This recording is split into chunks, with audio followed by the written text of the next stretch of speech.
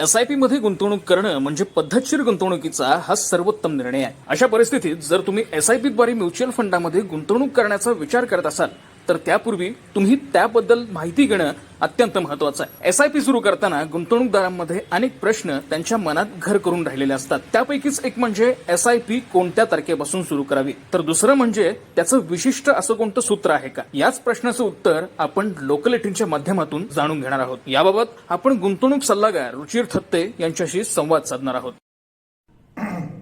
मला बऱ्याचदा गुंतवणूकदारांकडून विचारलं जातं की म्युच्युअल फंडमध्ये इन्व्हेस्ट करायची योग्य वेळ कोणती.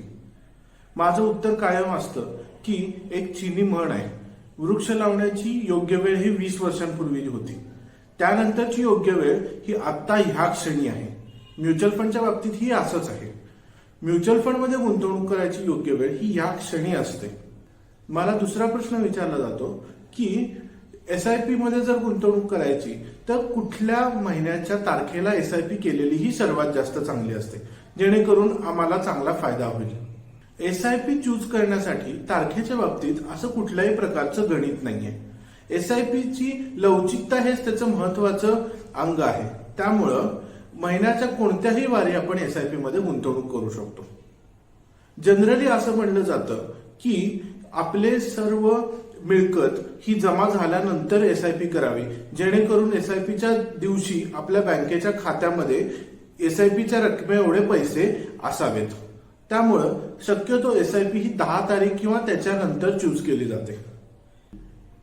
अनेक वर्षांच्या अभ्यासानंतर एक असा अभ्यास समोर आला आहे की महिन्याच्या 23 ते 28 तारखेच्या आसपास जर एसआयपी केली तर थोडा त्याचा जास्त फायदा हा गुंतवणूकदारांना दिसतो.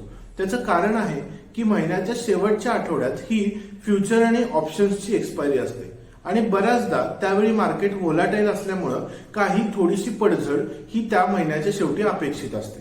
त्यामुळे तो फायदा एसआयपी गुंतवणूकदार घेऊ शकतात. त्यामुळं महिन्याची 25 ते 27 तारीख ही एसआयपी साठी बेस्ट तारीख मानली जाते. एसआयपी गुंतवणूक करताना सगळ्यात महत्वाचं म्हणजे आपल्या बँक खात्यात हे पैसे असले पाहिजेत. त्यानंतरच एसआयपी मध्ये गुंतवणूक करावी, कारण जर एखाद्या वेळी एसआयपी साठी शिल्लक रक्कम बँकेत नसेल तर एसआयपी त्या महिन्याची कॅन्सल होते आणि त्याची पेनाल्टी चार्जेस ही बँक आपल्याकडून घेत असते, जी 300 रुपयापासून 800 रुपयापर्यंत बँकेच्या वेगवेगळ्या चार्जेसनुसार असते.